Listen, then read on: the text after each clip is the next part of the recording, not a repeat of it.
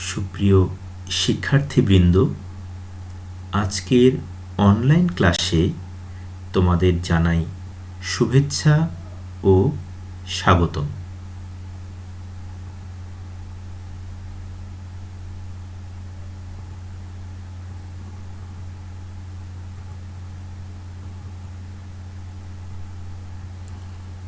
আজকের online class গ্রহণে আমি বাদল কুমার চন্দ, প্রভাষক Bangla, police lines school and college, Rangpur.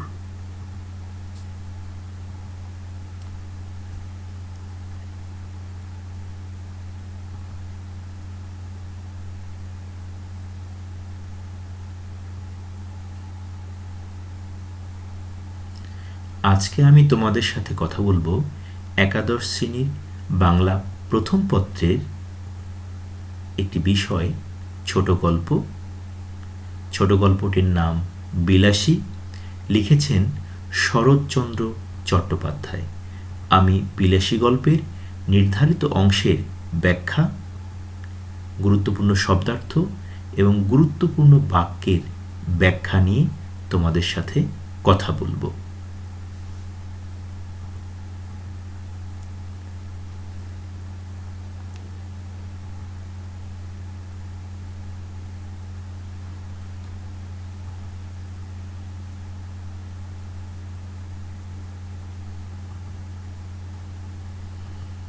নির্ধারিত পাঠে যাওয়ার আগে গত ক্লাসের বিষয় নিয়ে তোমাদের একটু প্রশ্নের মুখোমুখি দাঁড়াতে হবে। আমরা গত ক্লাসে শরৎচন্দ্র চট্টোপাধ্যায়ের ব্যক্তিগত জীবন, সাহিত্য জীবন, ছোট গল্পটির প্রকাশ তথ্য এবং মূল কথা সম্পর্কিত বিষয় জেনেছি। তোমাদের জন্য 3টি প্রশ্ন রয়েছে এখানে। শরৎচন্দ্রের ছদ্মনাম কি? কোন গল্পের জন্য তিনি কুন্তলীন পুরস্কার পান? বিলাসী গল্পটি কোন সংখ্যায় প্রকাশিত হয়? আমি প্রথম কোন সংখ্যায় প্রকাশিত হয় সেটাই এই প্রশ্নের মাধ্যমে বোঝাতে চেয়েছি। তোমরা নিশ্চয়ই এই বিষয়গুলো জেনেছ। তারপর আমরা একটু মিলিয়ে নিই। শরৎচন্দ্রের ছদ্মনাম হচ্ছে অনিলা দেবী, অনুপমা, শ্রী পরশুরাম। শরৎচন্দ্র চট্টোপাধ্যায় মন্দির নামক গল্পের জন্য কুন্তলীন পুরস্কার প্রাপ্ত হন। বিলাসী গল্পটি প্রথম বৈশাখ সংখ্যায় প্রকাশিত হয়।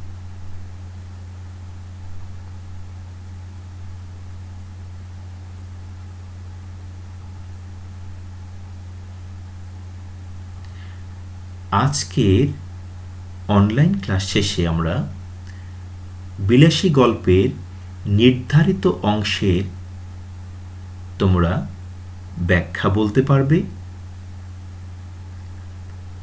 গুরুত্বপূর্ণ শব্দের অর্থ জেনে বলতে পারবে, গুরুত্বপূর্ণ বাক্যের ব্যাখ্যা করতে পারবে। তাহলে তোমরা গল্পের নির্ধারিত অংশের ব্যাখ্যা অংশ জানতে পারবে, জেনে বলতে পারবে বা ব্যাখ্যা সম্পর্কিত বিষয় বুঝতে পারবে।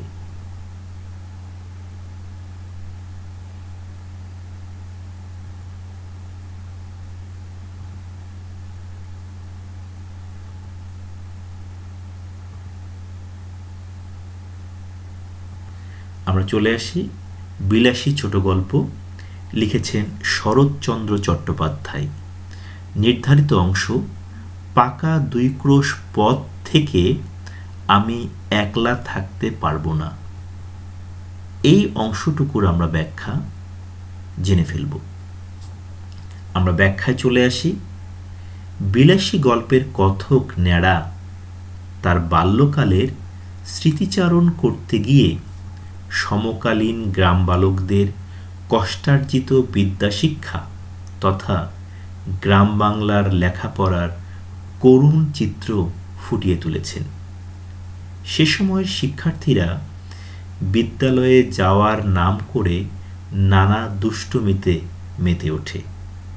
লেখাপড়া করার সময় তাদের কাছে নেই, যার ফলে ভুল উত্তর লেখার কারণে তারা পরীক্ষায় অকৃতকার্য হয় এবং বিরূপ মন্তব্য করে।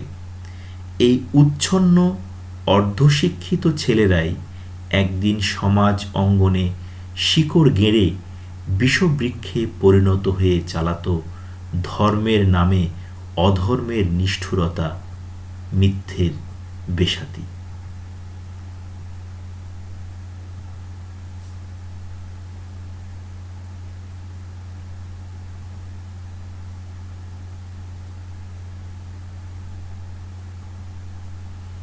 পাঠের নির্ধারিত অংশের ব্যাখ্যায় চলে যাই আবারও আমরা।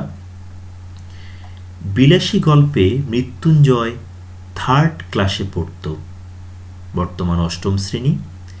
তার 20-25 বিঘার একটি বাগান ছিল। সেটি জমা দিয়ে তার সারা বছরের খরচ চলত। তার এক জ্ঞেতি খুড়ো সম্পত্তি পাবার লোভে তার নামে অপপ্রচার চালাত। গ্রামের লোকেরা তার কাছে বিভিন্নভাবে নানা সাহায্য নিলেও কৃতজ্ঞতা স্বীকার করত না। এক সময়ে মৃত্যুঞ্জয় অসুস্থ হয়ে পড়ে। বিলাসী নামে অন্তজ শ্রেণীর এক নারীর সেবা পরায়ণতার কারণে মৃত্যুঞ্জয় সুস্থ হয়ে ওঠে। গল্পকথক ন্যাড়া অসুস্থ মৃত্যুঞ্জয়কে দেখতে গিয়ে বিলাসী সেবাব্রতী ও সাহসী মানসিকতার পরিচয় পেয়েছে। পরবর্তী পর্যায়ে ন্যাড়া এক আত্মীয়র মৃত্যুকালীন একটি দৃশ্যের অবতারণা করেছেন। মূল ব্যাপার, বহুদিনের সাহচর্য সত্ত্বেও স্বামীর সঙ্গে স্ত্রীর আত্মিক সম্পর্ক ও হৃদয়ের বন্ধন গড়ে ওঠেনি।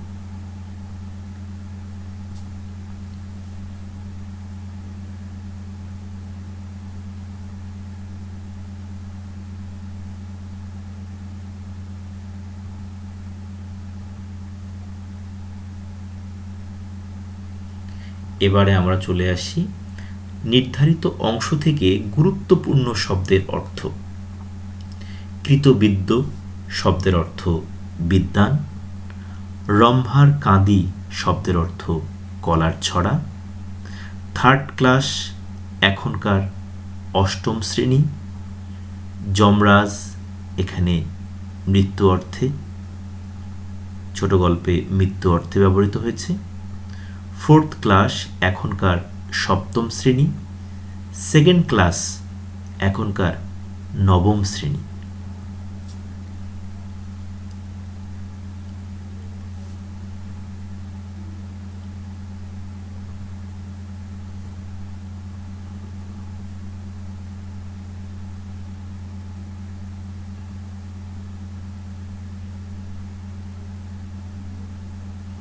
এবারে আমরা চলে আসি নির্ধারিত অংশ থেকে গুরুত্বপূর্ণ বাক্যের ব্যাখ্যা।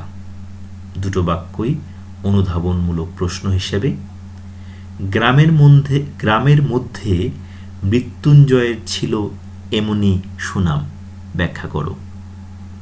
অনুধাবনমূলক প্রশ্নের উত্তর, সুনাম শব্দের সাধারণ অর্থ সুখ্যাতি কিংবা যশ হলেও বিলাসী গল্পে শব্দটির ব্যবহার বিশেষ তাৎপর্যবহ। প্রকৃতপক্ষে এখানে দুর্নাম কথাটির পরিবর্তে সুনাম কথাটি ব্যবহার করা হয়েছে। গ্রামের মানুষেরা খুড়ার প্ররোচনায় মৃত্যুঞ্জয়কে ভালো চোখে দেখত না, অথচ সে কখনো কারো ক্ষতি তো করেইনি, বরং প্রত্যক্ষ বা পরোক্ষভাবে সবার উপকার করত। কিন্তু অকৃতজ্ঞ সমাজের মানুষগুলো সে উপকার স্বীকার না করে তার নামে দুর্নাম করত। দুর্নামই এখানে সুনাম হিসেবে ব্যবহৃত হয়েছে। এবার আমরা 2 নম্বর কোশ্চেনে আসি। ঠিক যেন ফুলদানিতে জল দিয়া ভিজাইয়া রাখা বাসি ফুলের মতো, ব্যাখ্যা করো। এটিও একটি অনুধাবনমূলক কোশ্চেন। বিলাসী বয়সে যুবতী হলেও কঠোর পরিশ্রম ও ক্রমাগত রাত জাগার ফলে তার চেহারা কঙ্কালসার হয়ে গিয়েছিল, ফলে তার বয়সও অনুমান করার উপায় ছিল না। তাই বিলাসীকে দেখে ন্যাড়ার মনে হয়েছে সে যেন ফুলদানিতে ভিজিয়ে রাখা বাসি ফুল। বাইরে থেকে তাকে সজীব মনে হলেও একটু স্পর্শ বা নাড়াচাড়া করলেই বাসি ফুলের পাপড়ির মতো সে ঝরে পড়বে। তাহলে বোঝাই যাচ্ছে বিলাসীর শারীরিক অবস্থা বর্ণনা এখানে দেওয়া হয়েছে। সেবাব্রতী অবস্থায় থাকায় তার যে শারীরিক অবস্থা সেটার তুলনা করা হয়েছে। বাইরে থেকে তাকে সজীব মনে হচ্ছে, কিন্তু একটু নাড়াচাড়া করলেই মনে হচ্ছে বাসি ফুলের পাপড়ির মতো সে ঝরে পড়বে।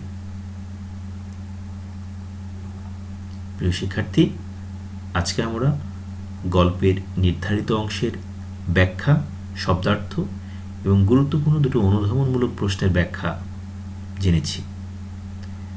আজকে তোমাদের একটি অনুধাবনমূলক প্রশ্ন বাড়ির কাজ হিসেবে থাকবে, ওরে বাপরে আমি একলা থাকতে পারবো না, ব্যাখ্যা করো। এই বিষয়টি তোমরা নিজে দেখে ফেলবে, অনুশীলন করবে। তোমরা ভালো থাকো, সুস্থ থাকো। পরবর্তী অনলাইন ক্লাস দেখবার আমন্ত্রণ জানিয়ে আজকে ক্লাসটি এখানেই শেষ করছি। সবাইকে অসংখ্য ধন্যবাদ।